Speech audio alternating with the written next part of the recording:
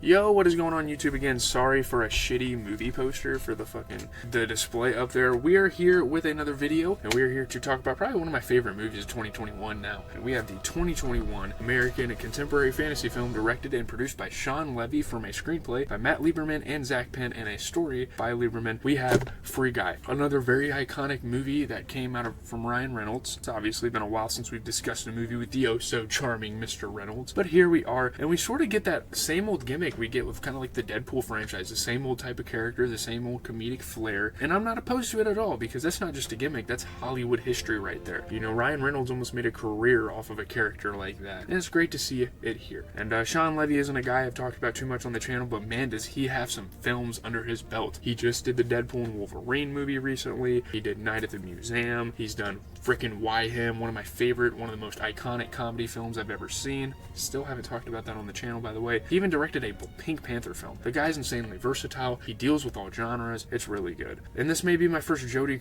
Comer movie, I think her name is. Jodie Comer movie ever I've seen. She is so gorgeous. Oh my god, that's a beautiful woman right there. Sorry. Literally like Peyton List 2.0. Like, holy shit. Joe Keery, Mr. Stranger Things, is here, so that's pretty cool. Obviously, many other cameos in the movie as well. You get Jacksepticeye, Ninja, Laserbeam, Pokimane, Daint DTM. Sure, I'm missing others, but those are some big ones. And did you know that Hugh Jackman is in this movie?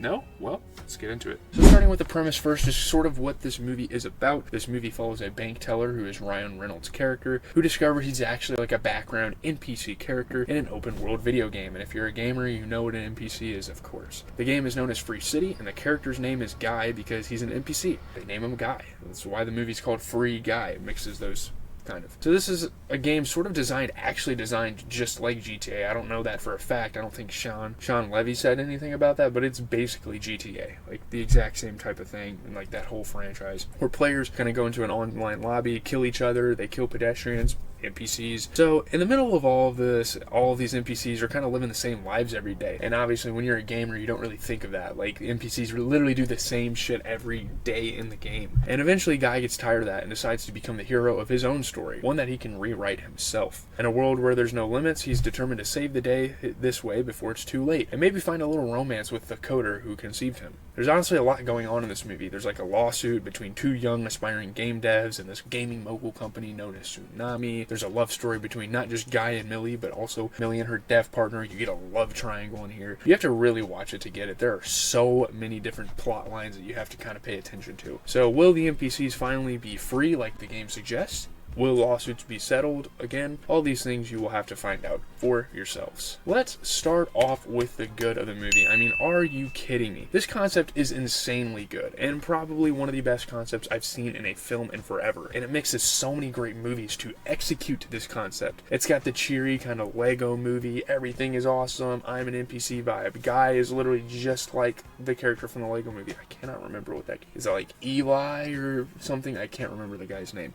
There's like a social commentary in it, kind of like the Barbie movie. Then you have kind of like the Deadpool flavor that Reynolds naturally brings to the table with kind of like the comedic flair, and you have like an anti-hero, and you have all sorts of things going on. And also, just the way everything goes down in this movie is so fulfilling, and I wouldn't want it to go any other way. Like, it ends perfectly, it almost progresses perfectly. There's obviously some plot holes we could probably look at. You know, the love story between Keys and Millie, I promise, trying not to spoil anything. Maybe one of the most beautiful resolutions to a love story I've ever seen. That was insane. That was probably my favorite part of the movie. It was just so fulfilling at the end. It was great. The walkthrough, the video, like with the video, the moment where they're facing each other across the road, it's so amazing. Some of the scenes you get towards the end are very, very special between these two characters. It's a genius film overall. I mean, shout out to Shawn Levy.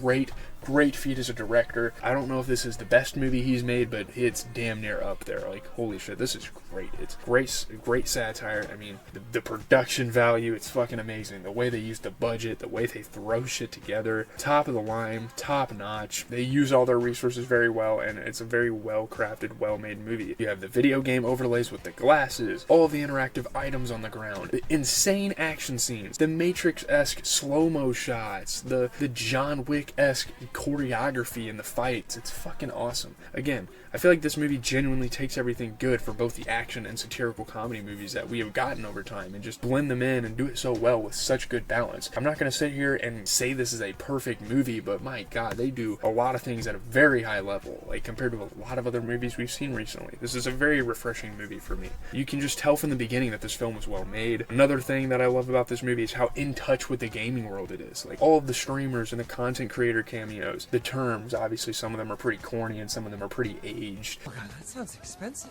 Wow, you are a special kind of noob. Thank you, you too.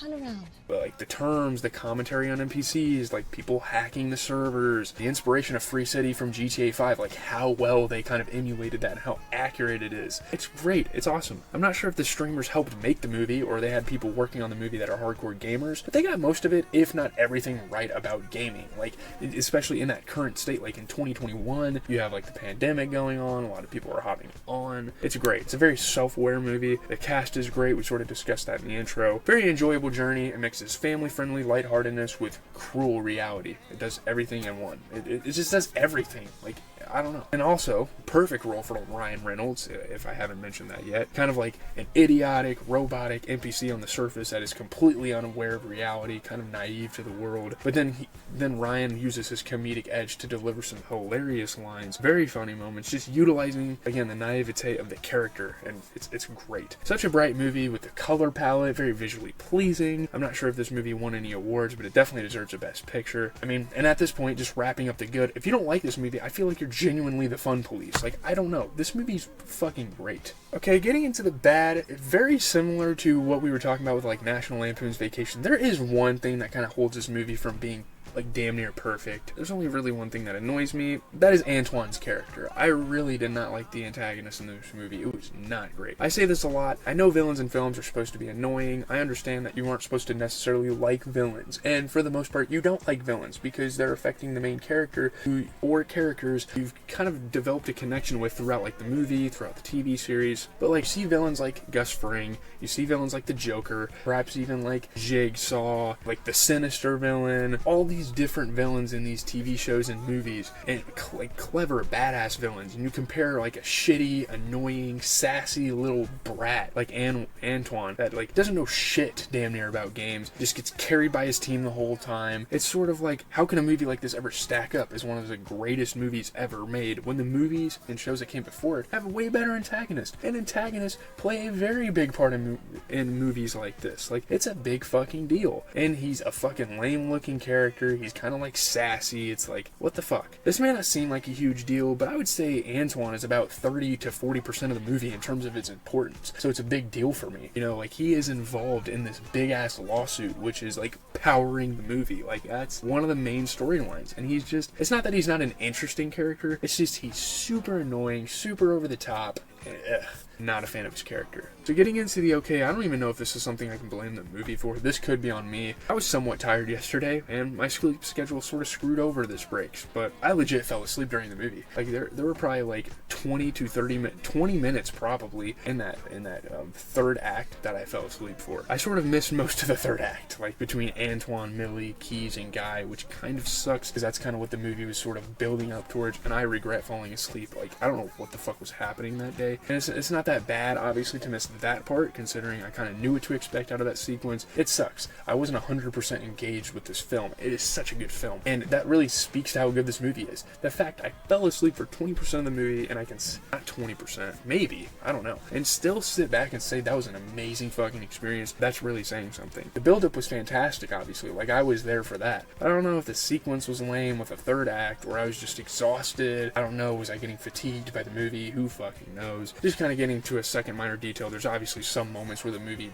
loses focus and almost fails to pull itself together. Maybe that's where I lost it, towards the third act, where they were trying all these weird fucking things. But every moment besides a few are just so well crafted, you can almost ignore certain moments, you can almost ignore certain scenes, knowing how fucking good this movie is. So let's get into the review. So just like review time, you know, pull up that tier list. In all honesty, I think this film is fucking fantastic. It is really fucking good. Really good movie. The story, the cast, the hidden messages, symbolism, the commentary. It all comes together so well. And to emulate a game like GTA where you aren't even thinking about these NPC characters like that, it's so crazy. It's a crazy concept. They take a crazy concept and they make it awesome and they make it extremely enjoyable. I love this movie. I think it's awesome. Ryan Reynolds does it again. What can I say? I mean, you could say he's like overrated. Oh, he gets put in so many fucking movies. He deserves it. He's fucking incredible. He's an incredible actor. Also, it's not like one of those major blockbuster Hollywood movies, although on paper it really should be with some of the cast and who's directing it and stuff. It's not one of those like 2.5 to 3 hour like huge fucking events, hyped up events. It gets to the point, and that is something I've come to appreciate recently, kind of with how my school semester is going, YouTube grind, all of that. And there should be a sequel coming out soon. We'll see how that goes. I think with that being said, we are going to give this an 8.6 out of 10. Like, I feel like if you're watching this